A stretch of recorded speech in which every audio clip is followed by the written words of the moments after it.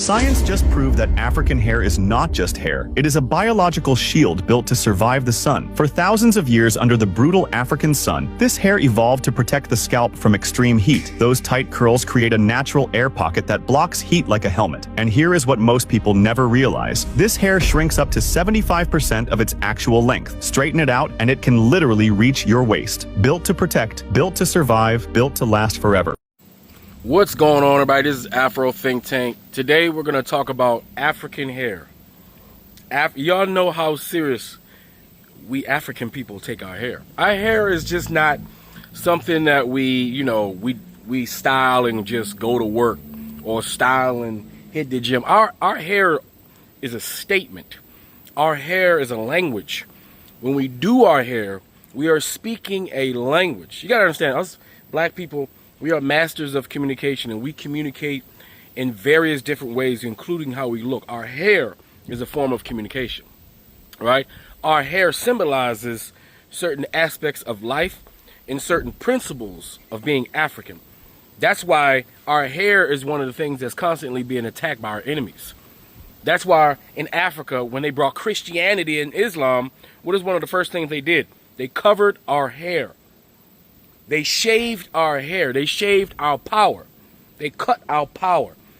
They took our ability to communicate away.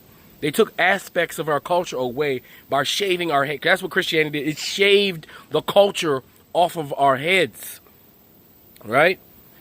But with all that being said, because of the strength in the culture of our hair, it still continues to survive to this day. Even down to the Africans that were brought to the Americas, our hair still remains our culture, which is one of the cultural consistent aspects of African Americans that traces directly back to Africa. That's why that's why I find it hilarious that you have these people who call themselves everything but African while practicing clear African heritage, clear African culture. Our hair is one of our greatest indicators of where we are from. It's our identifier. We can, listen, as a black person, and we all know we can do this. We can go anywhere around the world and we can see any kind of phenotype from the lightest spectrum to the darkest spectrum. But we always can tell who's African in origin by their hair, even if it's slightly curled from C1, C2, C3, and all the various different textures. There's just something about the hair that helps us identify. Even if that person is white passing, we see the hair and we know. We see our ancestors within them, even if they don't see their ancestors within them, because the hair is a major indicator. Because only we African descendant people have that hair. It's the original blueprint of what hair is supposed to be. Now, some groups have fur. We know what fur looks like. We know what fur smells like. We know what fur looks like when it's hot. We know what it smells like when it's hot. We know what it looks like when it's wet. We know what it smells like when it's wet. We know what hair looks like when it's wet. We know how hair looks like and smells like when it's, dry. We know this, right? We may not say anything, but we know. We know, right? So when people attack us, right, within the Americas, they didn't want us to display our crowns, our halos. When you have an afro, you are rocking a halo. When you have an afro, right, I want you to peep this. Imagine being a man, right, a black man, right? If you're not a black man, imagine being a black man, which I do all the time, right? And imagine having a woman, right? Just imagine this, with an afro standing above you. Maybe she's about to you're about to do some activities, okay? All right? And she's about to straddle you with her big, voluptuous, thick, strong legs. All right? And as she's hovering above you with her afro, she's blocking the sun. She's literally creating her own goddamn solar eclipse with her head. She creates the halo from that position in between the legs of a black woman and visualizing the halo of her fro. At that moment, a man is in his most desired position. He's in his most desired, most comfortable, most loving space. Most receiving, most softest, most gentle space when he looks up and sees that halo, right, of a woman created for him, right? In that moment, because that moment is about to be obviously pleasurable for the man. It's the thing that the man always seeks out. It's why the man does everything that he does in order to find himself in that position as many times as possible, right? So the hair is very, if you see, even some of our institutions that are supposed to be for us are arguing about us wearing bonnets, the respectability of wearing a bonnet. You see, when other groups of people wear protective head wraps and this and that, that's perceived as culture, that's perceived as okay. But when black people try to protect our hair, even our own institutions attack us for doing such, knowing that the do-rag and the bonnet is iconic in African culture. It's clearly there to protect our hair and to create styles, yet we're being attacked by institutions and black people from the analog days that still want to capitulate to what they deem as professional, or what they deem as being able to be seen, being proper representation out in the public. Where I sit with that, I have no problem with a woman with a bonnet, especially these bonnets women are wearing, their beautiful patterned bonnets. Why not? If a goddamn white dude can wear a half hat on his head and call it a yarmulke, huh? If them goddamn Muslims can wear their scarves to protect and hide their hair, they can do all of that. If those damn Orthodox Christians can wear their burqas too, that they don't like to call burqas, but they wearing burqas too. If them goddamn Semitic Jews on welfare in New York can wear their big ass freaking buffalo fur hats and shit all goddamn day long, then why the hell can't we African Americans proudly wear our bonnets, our beautiful bonnets that cover our hair with silk and satin? Why can't we wear that? How is that not becoming? How is that unprofessional? When we have all these other people wearing all kinds of headdresses that are far more eccentric in various different ways, right? Those are accepted. But when the black person wants to do something that emphasizes its hair or protects its hair or helps pattern its hair, all of a sudden that's unbecoming. That's uncivilized. That should be shunned. You see, the power has always been in our hair. Our hair always represents how powerful we are, because it is an extension of us. And the thing is, everybody's jealous they can't do it. Everybody's mad that their hair doesn't reach. Everybody's mad that the sun and the hair on their head are not in simpatico. Our hair allows us to be in places that other people are not supposed to be. Our hair allows us to survive in environments that other people can't survive. Our hair is special, right? And we take our hair seriously. And that should be your indicator that you're African, because African people, no matter where they are, we always take our hair seriously. More serious than any other group of people on this planet. So that should be an indicator of who you are. All right. So I can, like I said, I can look at a white passing black person. I'm gonna see that African in them, because that is an identifier that is unmistakable by your subconscious, by your genetic code that can identify. Oh, that's why, despite all these people talking about I'm not African, they know they're African. They're fighting themselves because they hate themselves, but they know they're African. That's why they can't get out of African spaces. That's why they can't stop talking about Africans. That's why they feel comfortable in spaces, even if they're arguing with other Africans and Caribbean, because they feel comfortable at home with their people, even though they're fighting their people. They'd rather be in a house fighting their people than be outside by them goddamn selves. Think about that shit. Anyway, you guys tell me what you think in the comment section. It's Afro Think Tank. Learn something, teach something. I'm out. We are trying to make it abundantly clear who we are and why we are not African, even though y'all have labeled us African American. So I saw the video and they were saying Africans don't grow afros. It's called Afro, after the continent Africa. It's not called FBAO or FBA-RO. Afro.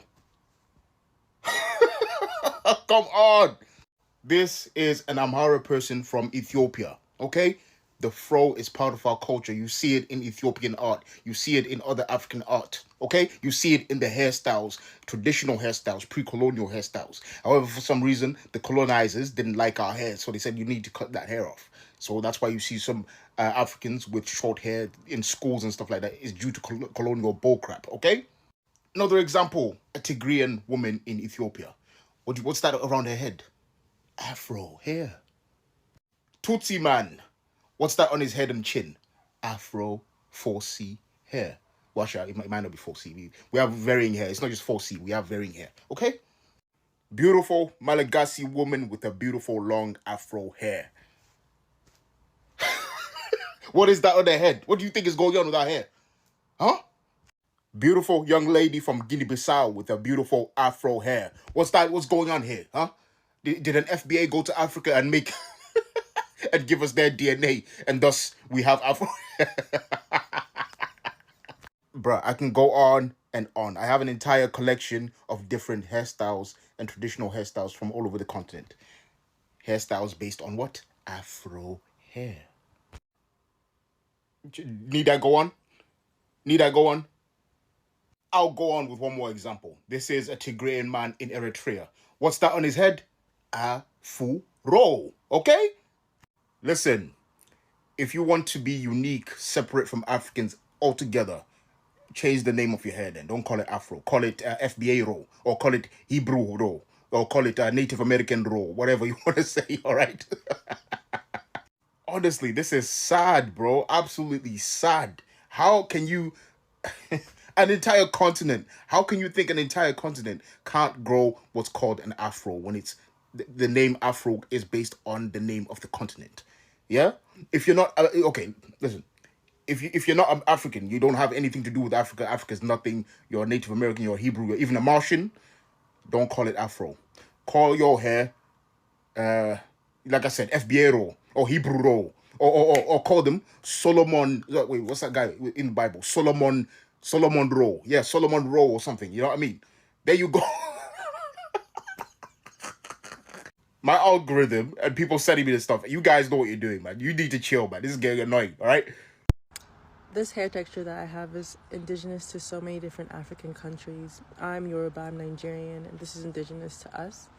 But I know it's literally anywhere that Black people are, we will have locks and the story behind them. But I think it's cool. Yeah, sweetie, it's been a few days, and the only question that I had for you is show me your ancestors rocking locks back in the 1900s. Hell, you could show me a picture of your ancestors rocking locks back in the 1960s if this hairstyle allegedly belongs to you. You and your people have done nothing but tag me into nonsense and just making videos and comments back to back to back. So let me help you out. This image comes from Ghana around the 1900s, I think 1920s, and he was like at a ceremony. This is the 1900s. This comes out of South Africa. I believe this is West Africa again with the man in the locks. Usually locks are held for like spiritual people in West Africa. I believe this is South Africa again. Here's a woman wearing her locks.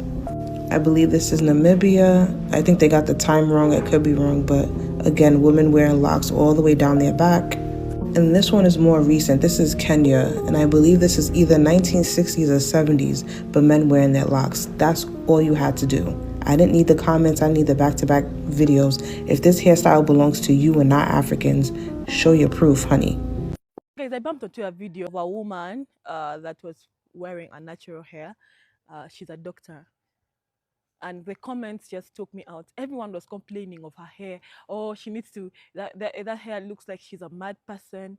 She looks like a mad person because she's wearing that her natural hair. And let me tell you the truth is, most women that wear natural hair in Africa get a lot of bullying from fellow Africans. I mean from fellow Africans. This is our own natural hair. And this is the hair God gave us. We have to be proud of our hair. We have to embrace our natural hair. Even we have to be proud of our skin that we have. Look at this skin. We have to be proud of it. Look at our hair. You can only find it around Africa. It's high time we start embracing our own natural hair. Let's stop bullying guys with natural hair. Your hair looks like, there's nothing you can tell me. This is our natural hair, and look at how beautiful our natural hair looks like. Natural hair has always been a big deal. Let's talk about it. Let's take it back to ancient Africa, where your hair is directly tied to your identity. People used your hair to tell what tribe you came from, if you were royal, soldier, or peasant, and even to see what religion you practiced. Africans had a hairstyle for every occasion. When soldiers went to war, they would wear specific cornrows. If women lost a loved one, they would shave their heads. And during ceremonies, people would wear their hair in very intricate braided updos. They would also add special beads, coins, and other decorations in their hair to show their social status. It wasn't until the transatlantic slave trade that Africans were shamed for their natural hair, and they also didn't have any supplies to take care of it. They went from using lavender, cloves, and coconut oil in their hair to being forced to using kerosene, bacon grease, and butter to take care of their hair. Now more people definitely embrace and wear their natural hair. But people are still discriminated against for wearing their natural hair too. It's not allowed in certain schools and workplaces. Natural hair has come a long way, and hopefully soon it can be embraced as it was in history. Have you ever noticed how Black people across the world braid their hair the exact same way? Like, someone in Brooklyn, someone in Lagos, and someone in Kingston can all rock the same cornrows, and it just works. That's not random. That's legacy. Let's go back 3,000 years, ancient Africa. Sculptures from Nigeria, Ethiopia, Egypt, they're rocking cornrows, box braids, bantu knots, the same styles we wear right now. See, braiding isn't fashion, it's tradition, and it gets deeper. When Africans were trafficked and enslaved, they weren't allowed to keep anything. We weren't allowed to keep our names, our languages, but we kept the hair, and we used it as resistance. In Colombia, enslaved Africans braided maps into their cornrows, real escape routes woven into their hair. Thick braids that marked rivers, curved parts marked mountain paths. Freedom literally lived in their styles. Others hid rice and grain seeds in their braids before being forced onto ships. Those seeds were planted in the Americas and helped build the South's rice economy. Our ancestors couldn't carry gold or books, but they carried knowledge, resilience, and identity in their hair. And after enslavement, we kept braiding because it connects us. A woman in Senegal and a woman in Chicago can see each other and instantly know we're linked. Same patterns, same hands, same story. So if anybody ever says braids are just hair, nah. Your hair is history. Your hair is resilience. Your hair is a 3,000-year-old code passed down through generations. Our hair isn't just style. It's who we are. And if you didn't know, now you know. My thing is, you are too beautiful to think that natural hair doesn't suit you. Your features, your eyes, your nose, they are so beautiful to think that coily hair doesn't flatter those features. I don't know what society taught you, but I think it's time for you to unlearn those things that society taught you, or those things you heard from people, or those things you've seen on social media. Your natural hair is beautiful. It is made for you. It is part of your phenotypic trait. It is an integral part of you as a Black person, as an African person. You are so fine though. Thank you. Black American hair and African hair are two different ball games. Their situation and the 4C over here. That's when I realized that no, man, the issue is not the gel. The issue is the hair. I'm gonna be really harsh. I'm sorry, but this is the dumbest video I've ever seen on this app. Ever. Caribbean hair is different than African American hair. That's different than African hair. What are you guys talking about? What are you talking about? No matter where you are, some people are gonna have a finer hair texture. Some people are gonna have a thicker hair texture. Some people are gonna have curlier hair. Some people are gonna have straight hair. It doesn't matter if you're just in Africa. Not everyone in Africa has the same hair texture. Not African Americans don't all have the same hair texture. Caribbean Americans don't all have the... Wait, what are you saying? And yes, someone in Africa that was born and raised in Africa can have the same hair type as someone who was born in America and African American. Like, what do you... Like, y'all are stressing me. And I get it. You're going to say, oh, but on colonization. Yes, people were colonized everywhere. Meaning everyone can have different hair textures, right? So, the reason that you didn't get your slick back is probably because you didn't use the right tools, the right technique, the way to tie it down. There's things you need to do. It's not because you were born in Africa and African that you can't achieve a slick back because your hair is 7C or whatever you're gonna call it. Y'all are not making sense on this app. Quickly, where did most of us come from, originate from? Okay. There are some interesting differences between African and African American braiders in the US. I'm Nigerian American and I grew up in Baltimore, which has a ton of Africans and also African Americans. Having gone to both, but mainly when I was growing up, especially when I was young, I was mainly only going to African braiders. I noticed that there was like a very specific difference in the experience that you can expect to get through those salons. If I'm being honest, when I was growing up, bro, like, you were not going to no actual salon if you were going to an African braider. Like, you were going to someone that was either at your church, that your mom worked with, or maybe a neighbor that braided hair. They would have like food on the stove. They would have a bunch of kids running around, a baby on the back. And if they were big enough that they had a shop, it would be like some random office space they rented out, and they would have like a chair, maybe one TV and a couple of DVDs. They would have all these posters that had like hair designs, and then you get to pick one. Like, that was the experience. But when it comes to African American salons, it's very much more of like a third space where like you actually are conversing with your stylist. You might be going there the same time as your friends. Your friends might all go to the same person. You're sharing gossip. You guys are all living in the same communities, things of that sort. I think another big thing to mention is that the people I knew who had salons, almost 9 times out of 10, they were like Francophone Africans. So they were Senegalese, they were Cameroonian, maybe Ivorian, and we were not speaking the same language whatsoever. They would be talking in French, in Wolof, or something. I don't even know. And beyond just the experience at the salon, I think that there's even differences down to how the braiding actually looks. The creativity from African American braiders is just 10 out of 10. Like, anytime I see an innovative style or like something on my Pinterest board that I really want to try, I know that the person behind it was likely African American. There is a very highly specific focus on aesthetics when it comes to African American braiders. They will do your edges. They will make sure they have very, very clean parts, even if it takes them a very long time. And they will use social media. They will use the TikTok, they'll use the sounds, they'll start the trends, all that type of stuff. Now, some of the cons that I've noticed with African American braiders is that they charge way more. Way more. If you talk to any African, the amount that they have to pay back home, or even in African communities within the US, is just so much less than what you have to pay a Black braider. Also, these styles, because they often focus on aesthetics, don't last as long. This might differ for some of your braiders, so don't be like, oh, I want to. No, I don't really care.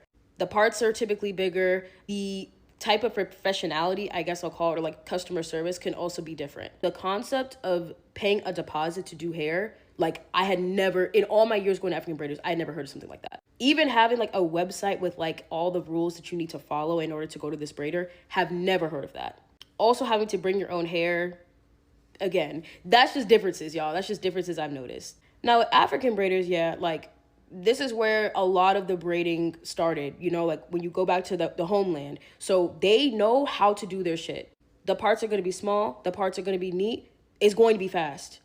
I've had braiders that were 8 months pregnant. They was on their feet 8 hours straight until they got their hair done. I'm not even joking. Africans tend to be braiders. They are not hairstylists. They are not cosmetologists. They don't give a, look at this. You can tell this is done by African braider, bro.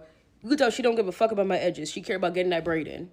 And if you grew up like me, you can't be tender-headed, because this is just how they braid. There's no ifs, ands, or buts about it. African braiders are also pretty cheap. The fact that some of y'all are paying $200, $150 for crochet blows my mind. I feel bad for y'all. But like I said, the foil to that is they are often not creative. They often are not able to keep up with all these new styles, at least the Africans that are here. And that's a very big distinction. I really don't want a bunch of Nigerians and Lagos being like, oh, she doesn't know what the fuck she's talking about. When you go to Nigeria, when you go to Ghana, when you go to the homeland, the young kids there are able to keep with the trends. But the people that are braiding hair in the US are not 25. They're not 30. They are going to be your auntie. They're going to be big mommy. They're going to be your mom. So if I go to someone who is my mom's age and I ask her to do passion twist with boho, she does not know what I'm talking about. All these observations kind of make me wonder how people who are the children of African immigrants like myself, who are growing up going to African braiders, learning how to braid in that sort of traditional African style, but also getting to gain exposure to like the creativity and innovative braiding styles, and also like salon experience that African Americans have experienced within this country, if that will lead to like sort of a new salon experience. Because if I'm being honest, there are pros and there are cons with both ethnicities. Like, I really don't like getting my hair done, which is why I typically do my hair myself. No one wants to pay a deposit. No one wants to have their edges snatched. Nobody wants to go and get their hair braided for $300 and be left unsatisfied. The conversation that's happened over the last few weeks about natural hair has gotten very uncomfortable. One thing y'all know how to do is beat a horse to death. Discourse has now become who can be the sassiest in their response, and not about people actually making sense. That being said, I do have a book recommendation about natural hair. Highly recommend the book Hair Story by Ayanna Bird and Lori Tharps. It's a good read. You can read this in a weekend. So one of the first things that Europeans did when they captured innocent African people and brought them here to the Americas and forced them to work as slaves. One of the first things they did was they cut people's hair. And this was a pretty big deal identity-wise because hair had a lot of importance. The way that people styled their hair was a part of their identity. You could look at someone's hair and tell what class they were a part of. You could tell if they were married or if they were widowed. You could tell approximately maybe how old they were, what region of the continent they were from. Europeans recognized this. There's actually a lot of early writings as Europeans came in contact with African people of them observing people's hairstyles. So they cut people's hair off. In addition to telling people you cannot practice your own faith, your name is not your name anymore, you cannot speak your language of origin, they removed all aspects of people's identity.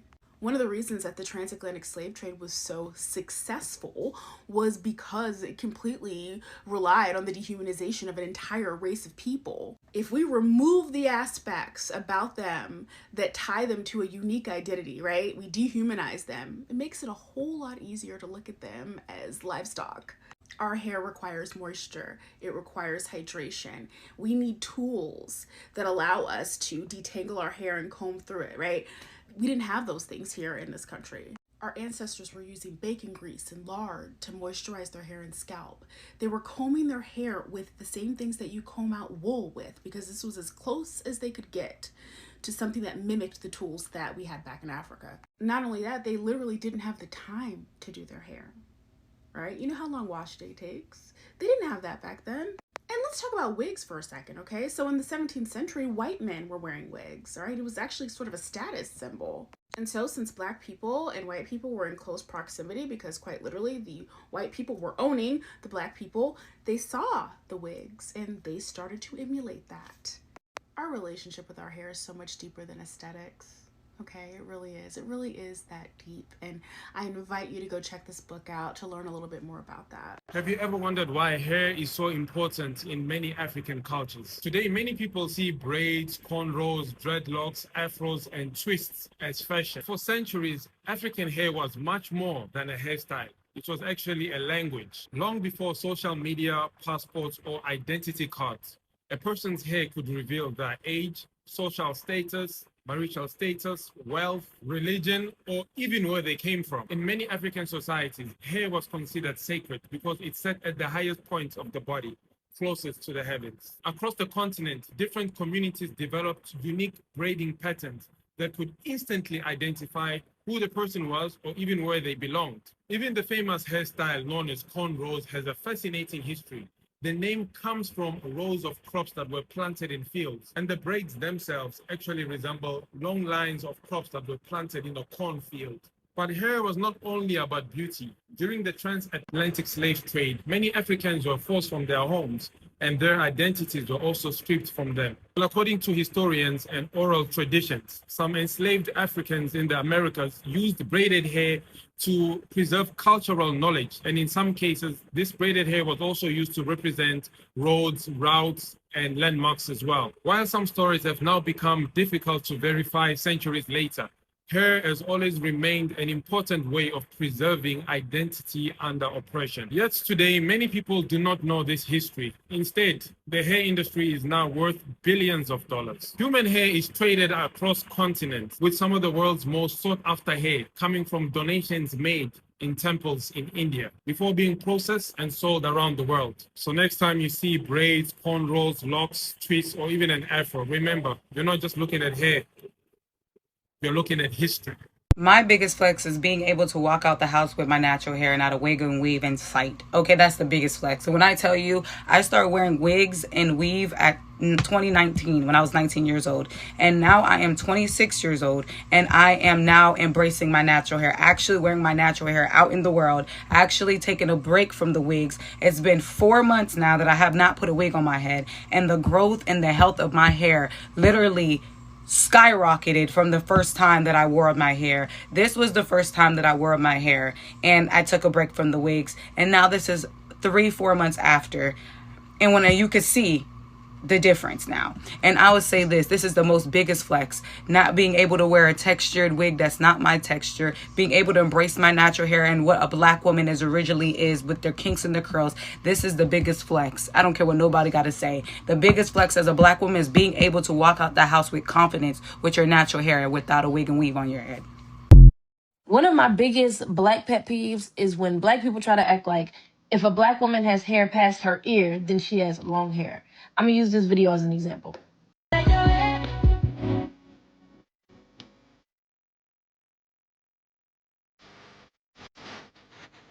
Okay, so y'all saw beautiful black chick making a simple post about embracing her short hair. So why did her comments look like this? That's short? Girl, that ain't short. And this one irritated me most of all. In the black hair system, that's medium, not short. It's like they don't understand that they're perpetuating the stereotype that black women can't grow long hair. Like, they see short hair, a length that would be considered short on any other race, Hispanic, Asian, white. But when it's that length is on a black woman, it's like, oh no, that's long. That's long for a black woman, because they don't think that black women can actually grow long hair. That's so irritating. Like, cut it out. Black women grow long hair like everybody else. Some call it nappy. Some call it nappy. Some call it nappy. I call it her crown. When she walk in the room, watch the whole thing shut down. Used to let them tell her she should wear it laid down. Now she wear it how she want, and she wear it proud. Some call it nappy. I call it her crown. God took his time when he put that down. Who taught you to hate the texture of your hair? Love me. Who taught you to hate the color of your skin? Love me. Who taught you to hate the shape of your nose? Love me. And the shape of your lips? Love me. Who taught you to hate yourself from the top of your head to the soles of your feet? Don't quit for a nigga. You about to be where you need to be. You talking about some, maybe I should throw in the towel. No, for a nigga. Don't ever quit. I keep going. Free Sudan. Boycott diamonds and gold. Free Sudan. Boycott diamonds and gold. We most definitely cannot forget about the people of Sudan. Thanks for watching Afro Think Tank. Don't forget to like, share, and subscribe. And follow me on Substack and Patreon for more content. Remember, it's Pan-Africanism or nothing.